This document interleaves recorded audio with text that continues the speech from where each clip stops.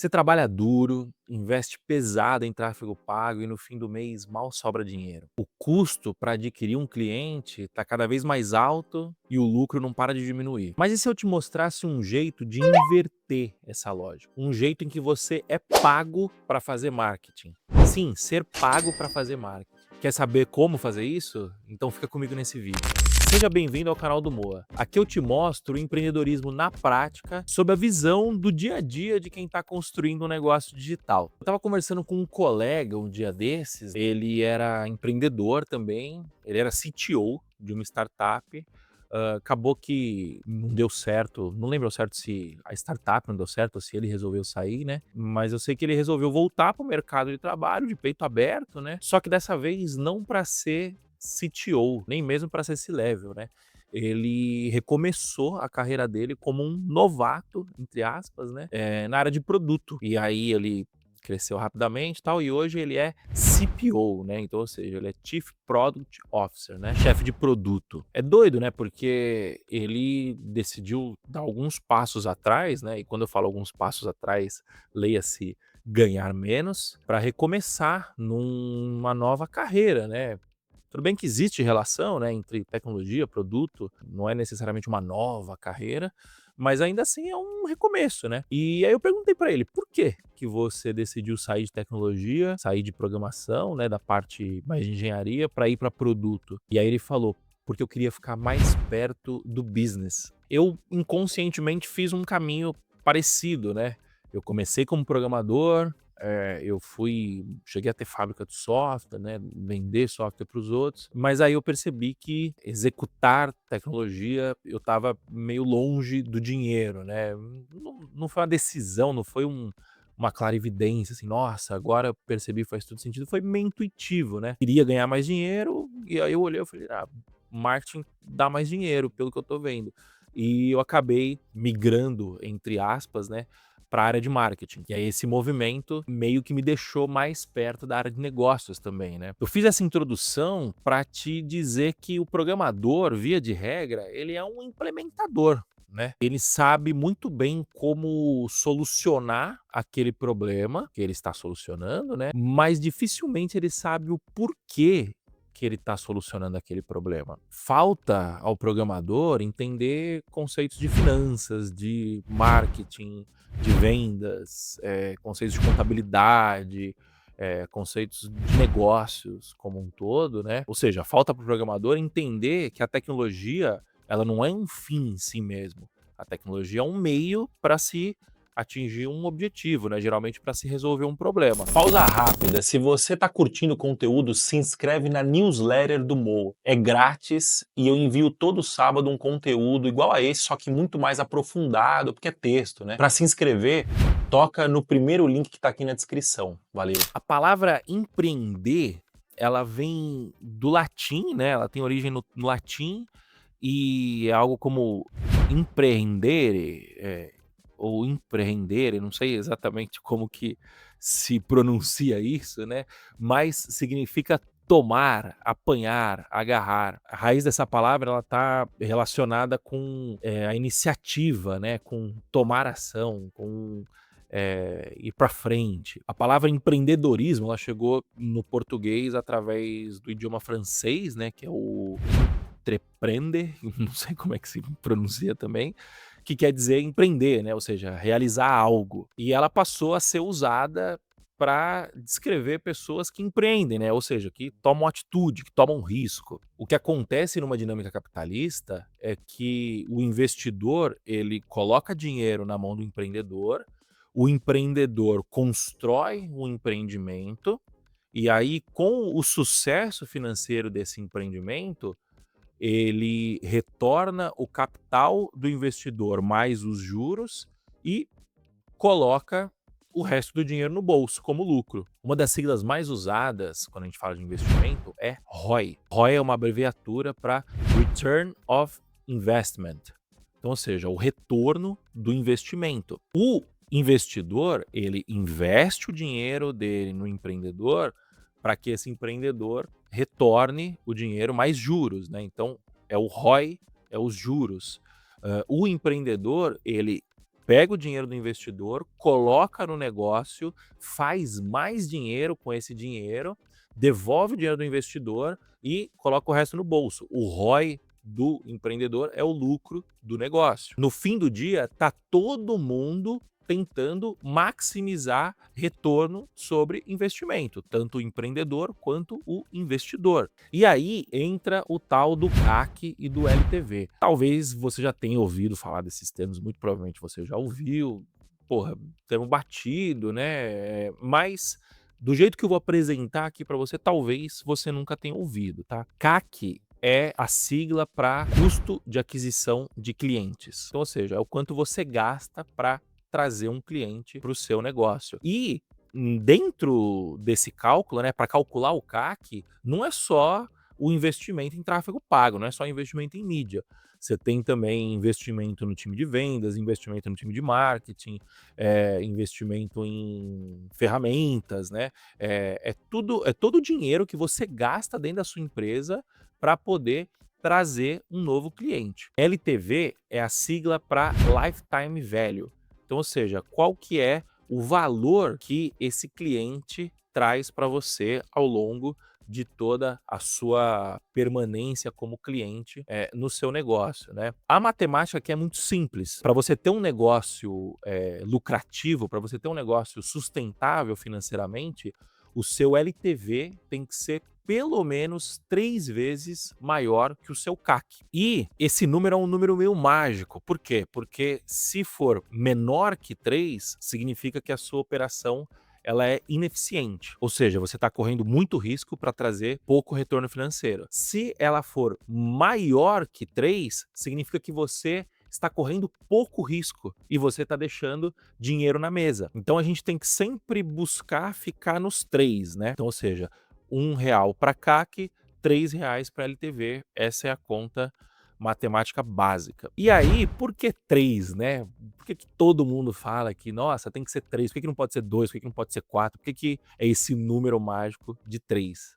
É muito simples. A gente pega esse número 3 e divide ele em 3 partes. A primeira parte você usa para pagar o seu custo de aquisição de cliente. A segunda parte você usa para pagar a sua operação, né? Então, ou seja, os custos fixos que você tem para poder entregar, servir esse cliente, né? E a terceira parte você põe no seu bolso. Simples assim. Agora eu vou te fazer uma pergunta que vai te deixar meio confuso. E se o seu CAC fosse negativo? Como assim, negativo, Moacir? Como que eu vou gastar dinheiro negativo? Não dá para gastar dinheiro negativo, né? Quando você gasta dinheiro negativo, o que acontece, na verdade, é que você está ganhando dinheiro. Ou seja, se o seu CAC for menos R$ 1.000, significa que você está ganhando R$ 1.000 para adquirir um cliente. Tem muito sentido isso, né? Calma que você vai entender. Só existem 3 verdades na vida. A primeira verdade é a morte, todo mundo vai morrer. A segunda verdade são os impostos, você sempre vai ter que pagar imposto na sua vida.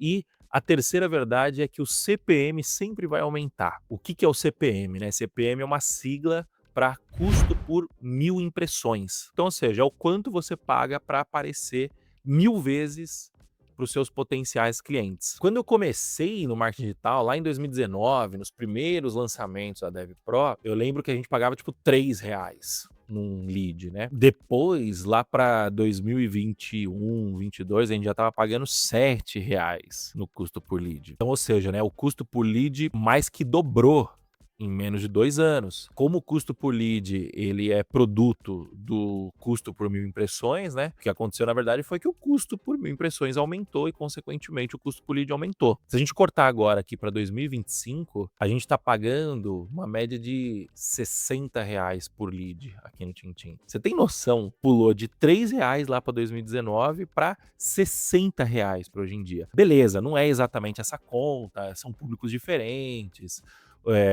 Esse custo por lead é um lead que já tem um nível de consciência alto, né?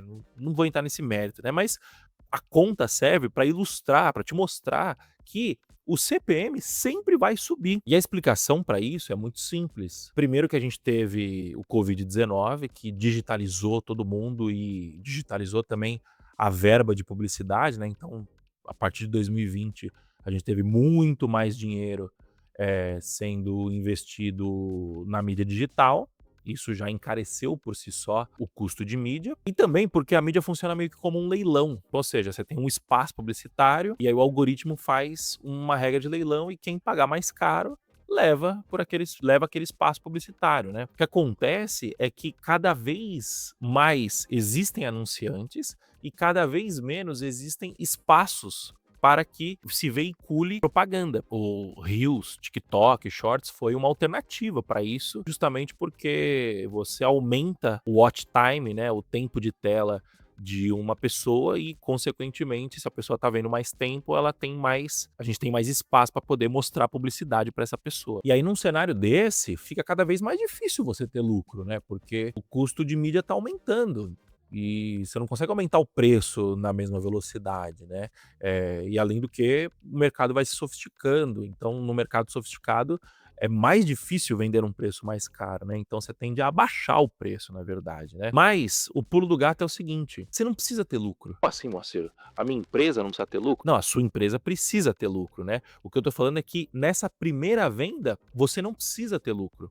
Esse é o primeiro passo para você ter um CAC negativo. O Philip Kotler, né, que é o papa do marketing, ele diz que é 5 vezes mais caro vender para um cliente novo do que para um antigo cliente. Então, partindo dessa premissa de que é muito caro você vender para uma pessoa pela primeira vez, o que você precisa fazer é tratar essa primeira venda não mais como uma venda com objetivo de lucro, mas sim com o objetivo de atrair esse cliente, né?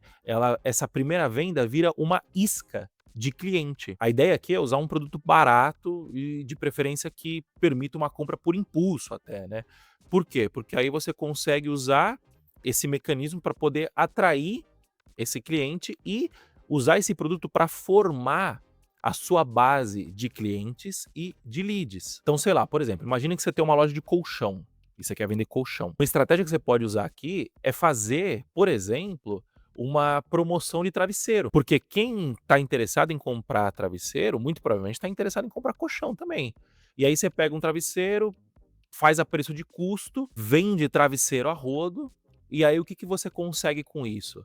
Você não lucra, mas você cria uma base de clientes interessados em colchão, a custo zero. E aí, a partir do momento que você tem essa base em mãos, o custo para se relacionar com essa base é muito baixo, ele é marginal, é o custo do software de e-mail, é o custo de um disparo de WhatsApp.